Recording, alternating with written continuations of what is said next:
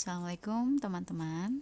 Hai, kita ketemu di Zoom, tapi saya mau teman-teman menyimak dulu materi saat ini. Ini adalah kelanjutan materi dari classroom management. At first point, we have to manage classroom, and then the second point, we have the teacher. Okay. Actually, there are 10 point. Di teacher ini ada 10 poin. Bagaimana secara teori sih ya ini mudah-mudahan bisa kita praktekkan di lapangan ketika menjadi seorang guru. Teorinya ada 10 poin bagaimana sejatinya menjadi seorang guru itu. Oke, yang pertama adalah being yourself. Ini ada sebuah kesaksian dari penulis yang yang saya saja juga baru ngeh gitu. Kenapa kita tuh kadang tidak nyaman.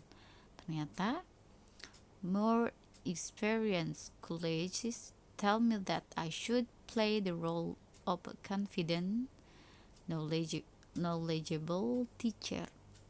As I walk into my classroom, I feel myself trying to become that teacher. But somehow, I'm never comfortable with it. I'm never quite sure how I should be in the classroom. Di kampus saat kita belajar menjadi seorang guru, bahwa harus menunjukkan guru yang penuh percaya diri dan seorang guru yang banyak pengetahuan gitu ya, yang punya serba tahu. Dan itu ketika itu bukan diri kita ingin menjadi seperti itu tidak run well ya. Artinya kitanya tidak nyaman. Ketidaknyamanan kadang sesuatu yang dibuat-buat malah akan menjadi bumerang untuk kita. Artinya ketika kita mau ngajar, atau saya mau ngajar, saya berusaha menjadi orang lain. Terkadang meskipun itu terkadang harus dilakukan, tapi bukan untuk menjadi sesuatu yang harus setiap saat mengajar, karena itu akan memberikan ketidaknyamanan tersendiri untuk kita. Nah, itu maksudnya. Jadi being yourself ketika kamu menjadi guru, katanya begitu. Mari kita buktikan, ada beberapa tips di bawahnya. Mudah-mudahan bisa kita aplikasikan sama-sama. Saya saja mungkin terbilang baru ya menjadi guru dibanding senior-senior saya, tapi memang sambil belajar, memperbaiki diri, mencari tahu. Tapi sebenarnya harusnya sambil harusnya tidak, emang sih pasti trial and error selalu, tapi harusnya sudah ada bekal gitu, sehingga kita menerapkan itu enggak sambil cacapa. Artinya cacapa tuh enggak, teorinya kita nggak tahu sama sekali, kita nggak pernah baca, kita nggak pernah cari tahu, kita nggak pernah belajar, sehingga saat kita jadi guru kita tidak siap, bahkan menjadikan kelas kita sebagai kelas eksperimen tanpa tanpa ilmu gitu. Jadi udah sepengalaman gitu, padahal tidak. Ilmunya being a teacher berarti being yourself. What is the aim? Ya, tujuannya otomatis untuk menemukan authentic classroom persona. Karena setiap guru, kalau kita hanya menguasai satu pelajaran, kita adalah guru ahli dalam satu mata pelajaran itu, tapi bayangkan murid kita adalah pembelajar dari beberapa atau mungkin banyak pelajaran. Ketika gurunya menjadi sosok yang sama, betapa membosankannya. Tapi ketika gurunya jadi diri guru itu sendiri, maka itu akan ditemukanlah kenyamanan untuk belajar. Okay. The teacher can be a real person in her or his relationship with her student or his student with their student, ya. Jadi she can be bored, can be interest in student, can be angry, can be sensitive and sympathetic. Tapi itu adalah dirinya sendiri. Meskipun ada garis bawah lagi bahwa jangan sampai kita punya masalah dibawa ke kelas. Tapi artinya maksudnya di sini menjadi diri sendiri itu ya diri kita. Kalau kita memang orangnya humoris, ya jadilah humoris meskipun ada waktunya. Tapi ketika kita punya sesuatu yang kurang bagus, nah kita juga mencoba untuk merubah itu gitu. Misalkan judes gitu ya, ada guru judes, memang dirinya judes, tapi ketika sudah oh iya ini saya ada sikap saya yang kurang bagus, nah itu coba coba dirubah sedikit demi sedikit sehingga tapi kalau namanya jati diri gitu deh emang susah gitu, tapi kita mencoba. Okay, this is the techniques, ada 5 step to authenticity. Okay, here are some small but important ways that a teacher could work on becoming more authentic. Jadi be authentic gitu, jadi harus jadi barang asli, jangan jadi barang tiruan. Okay, the first, don't try to be a teacher. Stop yourself whenever you find yourself behaving more as a job title rather than you as yourself. Jadi jangan mentang-mentang title kita adalah guru, kita tuh jadi sok guru, kita bahkan melupakan diri kita sendiri. Oke. Yang kedua, ada nih yang bagus. Sit with rather than in front of, talk with rather than at. Nah, ini bagus sekali ya quote-nya. Jadi duduk bersama, duduk dengan daripada di depan gitu. Jadi jangan, kalau guru tuh emang guru tuh image-nya harus mendikte dan sebagainya, tidak. Itu pola lama dan kita bisa merubahnya. Makanya don't try to be a teacher. Jadi diri sendiri. Have real conversation. Okay, di poin teacher, poin pertama yang be yourself, ada 5 tips. Tips yang pertama, 1, don't try to be a teacher. Yang kedua, have real conversation. When you chat informally with a student, make it a real conversation. When you really listen to what they have to say and respond appropriately.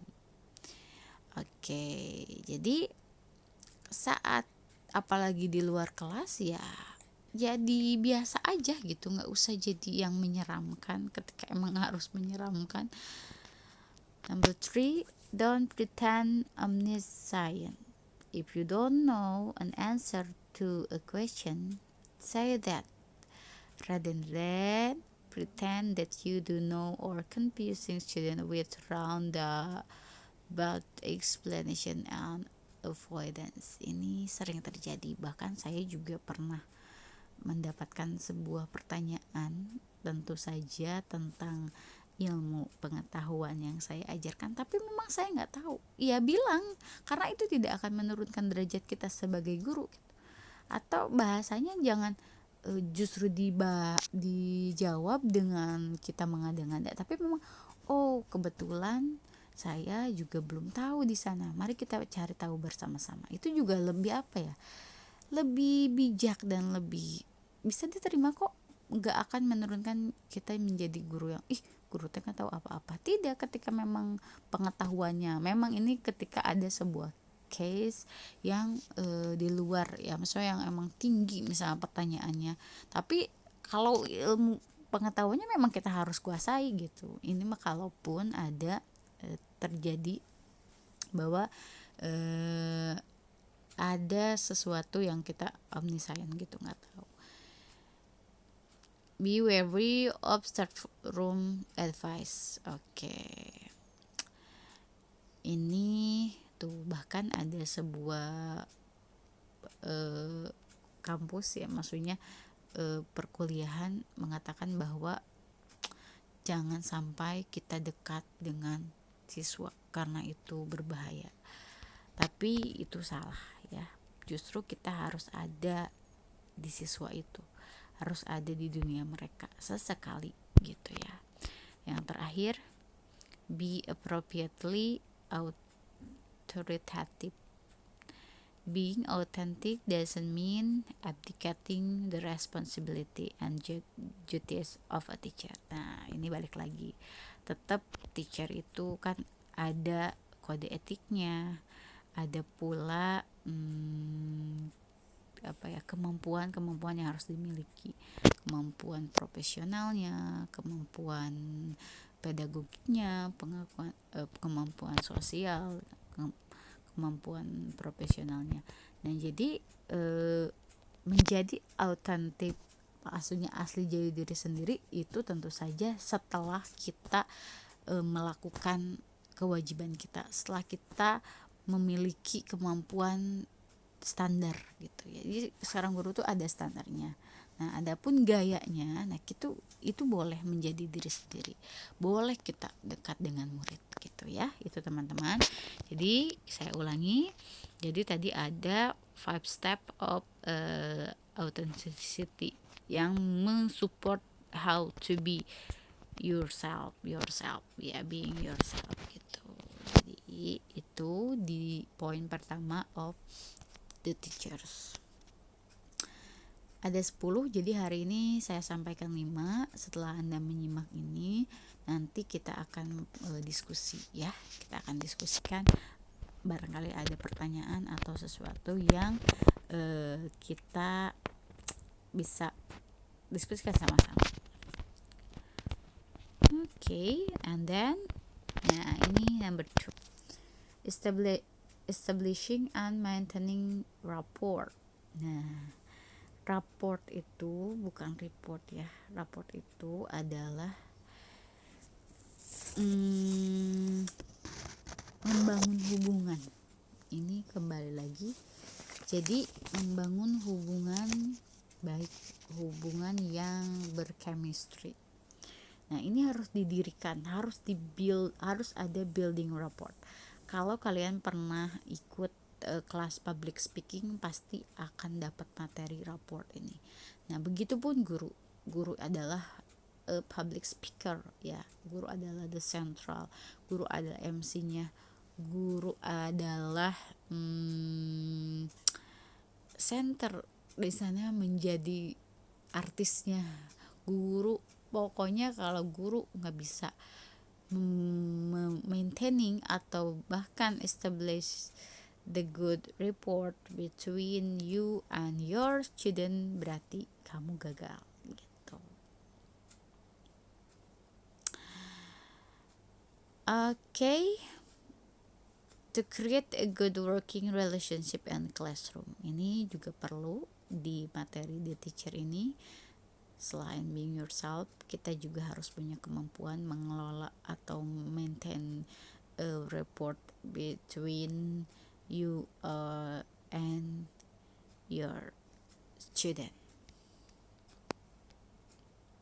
Okay. The term rapport refers to the quality of the relationship in a classroom, teacher-student and student-student. Ada lagi bahkan teacher parent, itu juga adalah report. Jadi as a teacher should has a skill or knowledge how to establish and maintaining the good report. Okay, gitu ya ini nanti. Nah, ada lagi tekniknya how to building a report. Be welcoming, be encouraging, and be approachable. As far as reasonably possible, build in a time and space for learners to talk to you as people.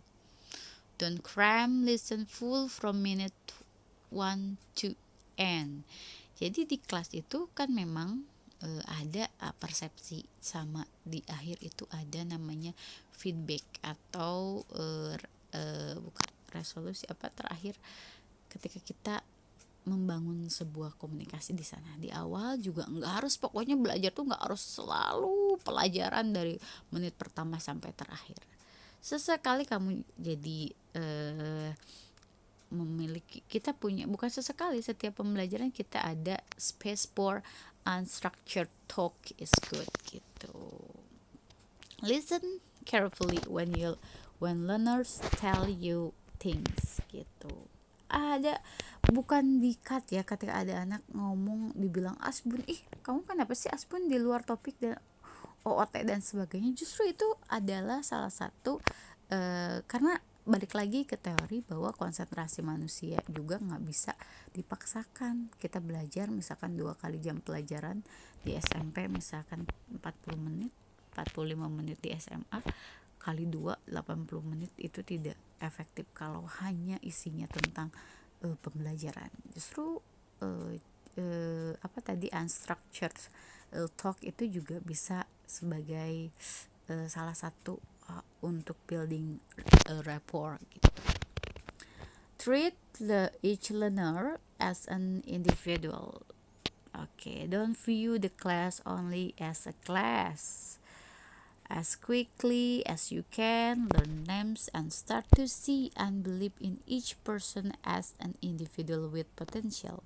Let them see that this is how you view them. Jadi guru mah kadang memang sulit karena banyak murid, kejar tayang, kejar target, kejar jam gitu ya. Tapi tidak bisa. Tapi ada tipe memang guru yang memang gitu, hafal satu persatu anaknya, oh kayak gini. Karena apa? Karena menganalisis, karena memperlakukan mereka bukan hanya saya ngajar di 2B, di 7B, di 7A atau di 11 IPA. Ya udah saya ngajar kelas gitu selesai. Justru kita harus tahu secara personal, oh anak ini kayak gini. Dan itu memang harus dimiliki karena kita harus punya kemampuan sosial itu ya. Oke, yang ketiga, remember positive think about your student. Nanti saat terjun atau sekarang ada yang sudah menjadi guru, kalian akan ada di sebuah posisi di mana suatu hari kamu menemukan murid yang sangat heterogen, bermacam-macam. Nah, ingat bahwa setiap orang akan ada kelebihan dan kelemahannya, akan ada negatif dan positifnya. Jadi guru sebijak-bijaknya. Tidak bisa kita juga men-treat mereka sama, bahwa ketika anak yang gak lulus KKM berarti anak itu bodoh. Mungkin ada hal yang kita tidak tahu, atau mungkin masalahnya ada di kita karena kita nggak bagus ngajarnya gitu ya.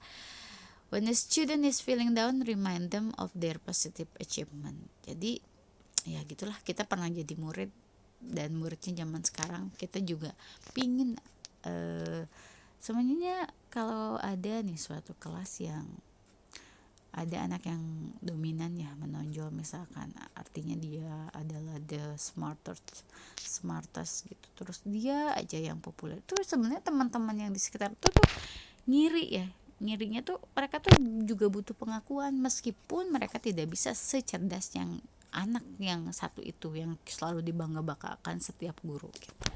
Jadi be wise lah ya. Terus yang selanjutnya, empathize, itu try to see what thing look like from the learner's point of view gitu. Jadi mencoba berempati, tidak menjadi guru yang arogan yang selalu ingin didengar, tapi kita kadang lihat dari sudut pandang siswanya. Be you rather than the teacher. Balik lagi ke poin pertama, be you. Jangan menjadi sosok guru yang memang harus dikte dan sebagainya. Okay. Don't fake happiness or pleasure. This can often come across as false. Jadi gak usah palsu gitu ya. Be cultural really sensitive. Ini masih ini, and avoid sarcasm.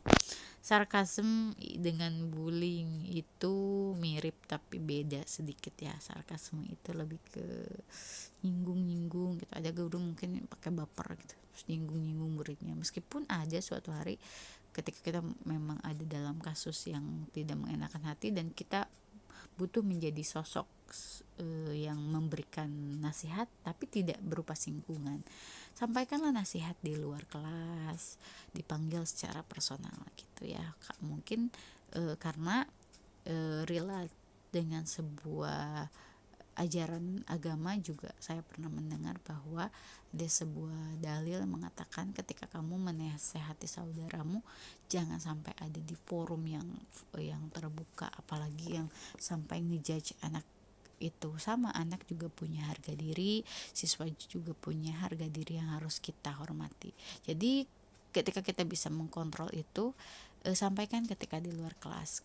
Memang menyebelin misalnya, disampaikan, ditanya face to face, itu lebih dia lebih merasa dihargai. Apalagi jangan sampai ada sarkasme atau apa ya, sindiran-sindiran yang tajam, yang menukik gitu. Orang tuh tahu kamu tuh sedang nyindir, Anda sedang nyindir si siswa itu juga bahaya ternyata. Dan saya juga banyak belajar dari buku ini, dari buku-buku yang lain tentang classroom management. Oh benar, saya ya kadang suka sarkasme, mungkin Anda merasa ketika belajar dengan saya, tapi meskipun itu pure, saya tidak ada kesana, cuman bercanda gitu untuk building rapport, tapi mungkin salah, nanti kita perbaiki sama-sama. Oke, itu ada 8 teknik in building rapport. Tadi ada 5 teknik be yourself, tapi ini sangat berhubungan ya, masih itu juga. Intinya jadi pribadi yang menyenangkan, karena guru itu bukan seseorang yang menyeramkan. Well, okay, the diagram shows 3 possible positions on a continuum of lips about classroom relationship. Decide where you put place yourself. Oke, kita bisa apa ya? Kemungkinan ada 3 kemungkinan posisi siswa gitu ya. Dan ini bisa berganti-ganti, bisa student as worker, student are student, or student are people. Tapi alangkah bijaknya ketika kita memperlakukan mereka as a people. Kalau student are student, ya student are as student, berarti kitanya teacher. Atau apalagi student are workers. Wow, itu juga sangat sadis ya. Oke. Pokoknya jadi guru yang, tapi kalau memang kita bisa menerapkan ini semua itu keren banget sih ya. Saya juga belum tentu sih bisa. Okay, let's see the next point is ways of listening. Okay, masih dengan building rapport, masih dengan being yourself. Ternyata kita juga harus menjadi the good listener.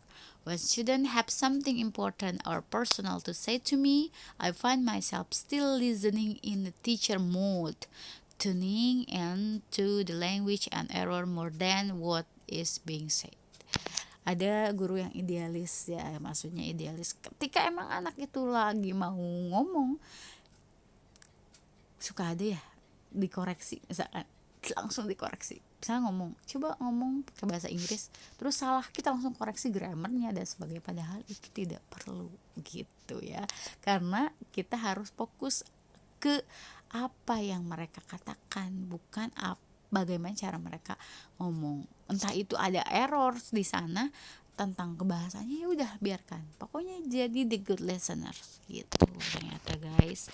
Wow ya, di sini I'd like to characterize 3 distinct varieties of listening.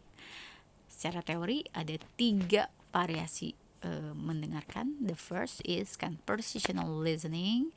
Ini everyday conversational listening as a friend. Misalkan in the cafe, pokoknya kita enjoy their story.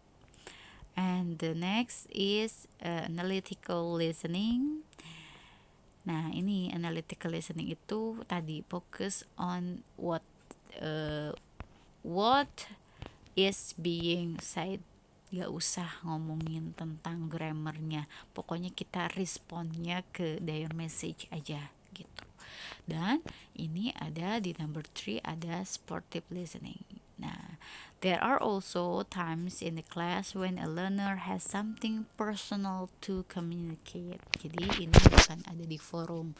Saat terkadang kita menjadi sosok guru yang mendengarkan masalah personal, dan itu secara personal juga ya gitu. Jadi hearing merekanya juga jangan jadi teacher mode gitu ya. Emang ketika mereka memang berbicara need the parent mode ya, to be a parent mode, to be a friend mode gitu gitu ya. Jadi analytical listening itu listening following the teacher's agenda gitu ya.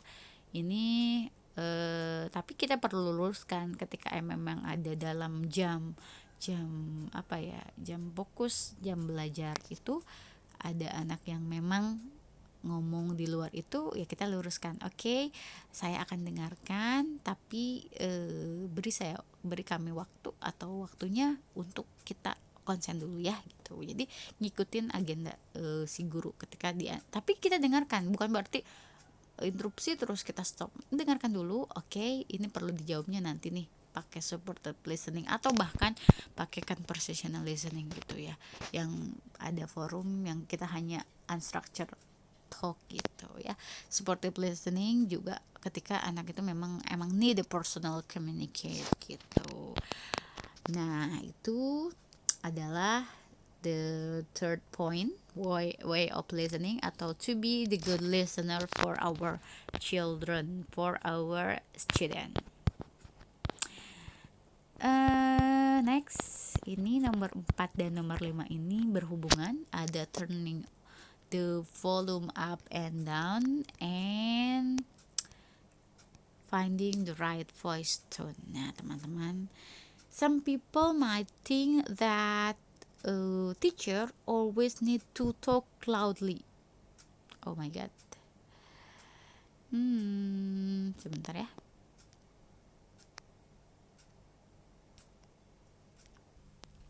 Ya, jadi volume and finding the right voice tone. Tidak selalu guru tuh teriak-teriak harus suaranya kenceng. Jadi kita harus punya kemampuan atau pengetahuan mengatur volume up and down and finding the right voice tone. Di sini ada contohnya nih. Ada an open, kita jadi warm friendly tone untuk chatting, untuk asking personal question. Terus kita bisa jadi storytelling tone ya, yang dipelajari juga di English for Young Learners juga ya. Makanya jadi guru tuh memang harus multitasking gitu ya. A personal, sportive, kindly tone untuk helping one to one when a student has problem.